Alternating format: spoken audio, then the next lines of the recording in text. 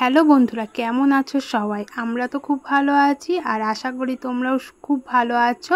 আর নতুন একটা দিনে নতুন একটা ব্লগের সঙ্গে তোমাদেরকে অনেক অনেক স্বাগত জানাই। আর এখন কিন্তু বাজে 10টা বাজতে 10। তো অপু তো সকালবেলা বাজারে গেছে সেই 8:30টার সময়, এখনও কিন্তু আসেনি। তো সবজি বাজার করবে, মাছ আনবে, মাংস আনবে, জানি না কত ভিড় হয়েছে আর এত দেরি হচ্ছে কেন। তারপরে যাবে দোকানে। আর আজকে সকালে কিন্তু রুটি করিনি, তো বলেছে একটু পরোটা নিয়ে আসতে। দোকানের পরোটা অনেকদিন খাওয়া হয়নি, তো দোকানের পরোটাই আজকে সকালের আমাদের ব্রেকফাস্ট। আর দেখো এখনো কিন্তু আমি বিছানাটা তুলিনি, তো 10টা তো বেজেই গেল। আর জানালা খুলে দেখি মা এদিকে লেবু পাচ্ছে। দেখো আমাদের গাছে কত লেবু হয়েছে, আর এই ডালটা পুরো ভেঙে গিয়েছে আর লেবুগুলো দেখো সব শুকিয়ে গিয়েছে, কেমন হলুদ হলুদ হয়ে গিয়েছে। আর সব লেবুগুলো পেকে হলুদ হয়ে সব পড়ে যাচ্ছে। তো সেই জন্য এই যে মা এখানে লেবু পাততে শুরু করে দিয়েছে। ওই দিকটাই এক থোকা রয়েছে জানলার কাছে, ওই দিকটাই এত লেবু হয়েছে, মনে হচ্ছে কোনটা ছেড়ে কোনটা পারবো।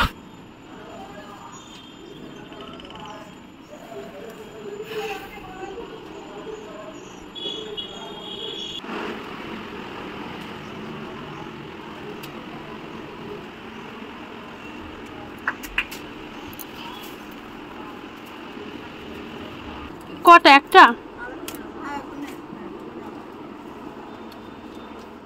আর দেখতেই পারলে তো গাছ থেকে কত লেবু টুকি টুকি করছে, তো ওগুলো পাড়ার দরকার। আর গাছের যা কাটা, বাপরে বাপ, একটা লেবু পাড়তে গেলে যে কখানা কাটা খেতে হয় তার নেই ঠিক। আর জানালা খুলেই তো লেবু পাড়া যায়। তো বিছানা গোছানো বন্ধ করে দিয়ে এই যে কয়েকটা লেবু পেরে দিলাম। তো এখনও অনেক পেরেছি, দেখো এতগুলো আমি জানালা দিয়ে পেরেছি। আর তার সঙ্গে তো মা পাড়ছে, তো অনেক লেবু যখন পাড়া হয় না, পুরো 200-250 পিস পাড়াই হয়।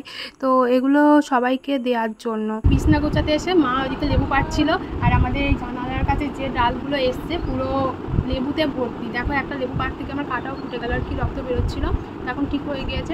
এত লেবু মনে হচ্ছে কোনটা ছেড়ে কোনটা পারবো।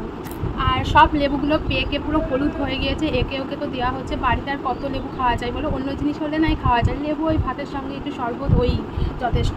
তো যাই হোক, পুরো গাছ ভর্তি লেবু, মানে পাতার মতন আর কি লেবু সাজানো রয়েছে। তো এগুলোই আর কি দুদিন ধরে পাড়া হচ্ছে, মানে একে ওকে দেওয়া হচ্ছে। আর জানালার এখানে যে পাকা পাকা লেবুগুলো ছিল দেখতেই পারলে কত লেবু, মাকে দিলাম, মা আবার তাকে দেবে।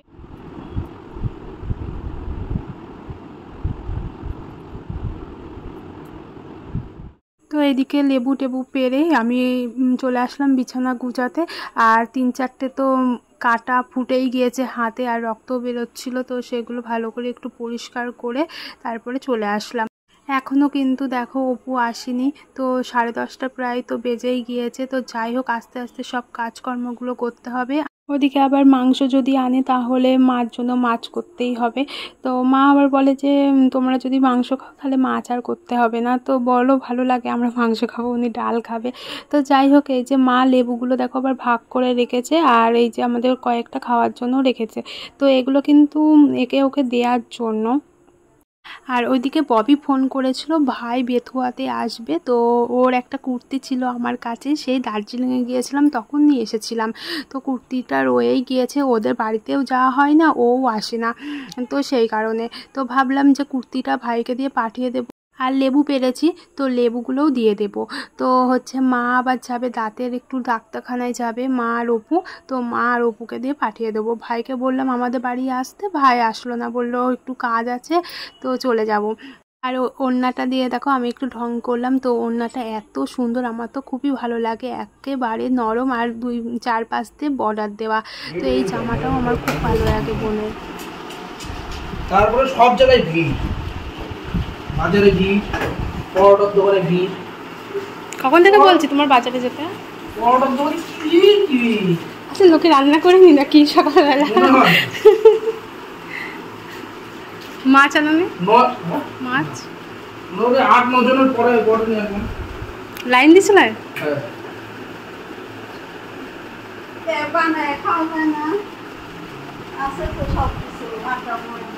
দোকানেরটা একটু টেস্ট আলাদা।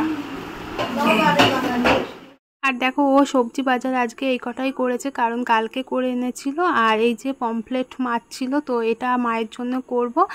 আর হচ্ছে বলছিলাম না এত দেরি হচ্ছে কেন, বলছে বাজারে আজকে প্রচণ্ড ভিড়, তো সেই কারণে।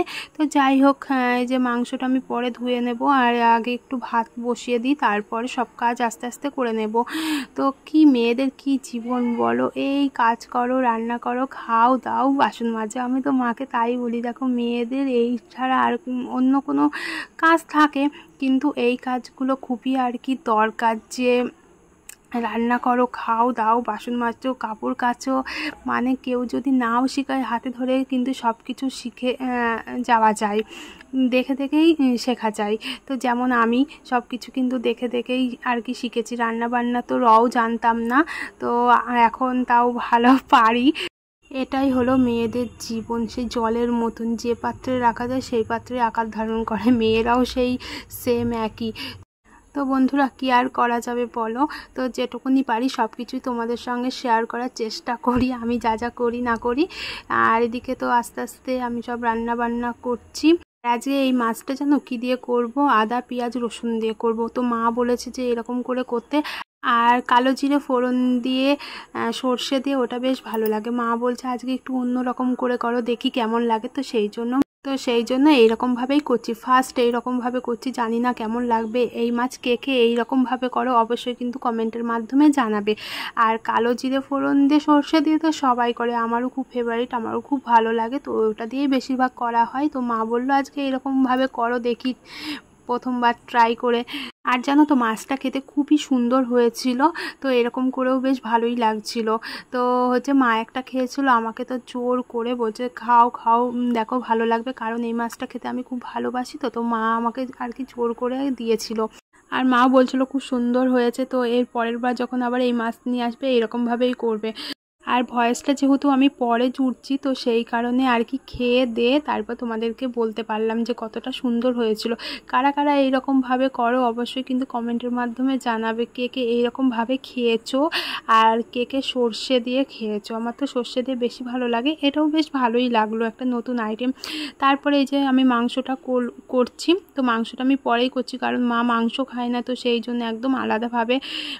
আর দিয়ে দিলাম একটা রসুন, আর মাংসের ভিতর রসুন দিলে যা ভালো লাগে। আর এখানে কিন্তু আমি ফার্স্ট আজকে রসুনটা দিলাম, তো ওখানে কী বলো তো মনে থাকে না, আর অপু খায় না, তো সেই কারণে বাড়িতে গেলে তো রসুন 4-5টা দেওয়াই হয়, তো সবাই একটা একটা করে খাওয়া হয়।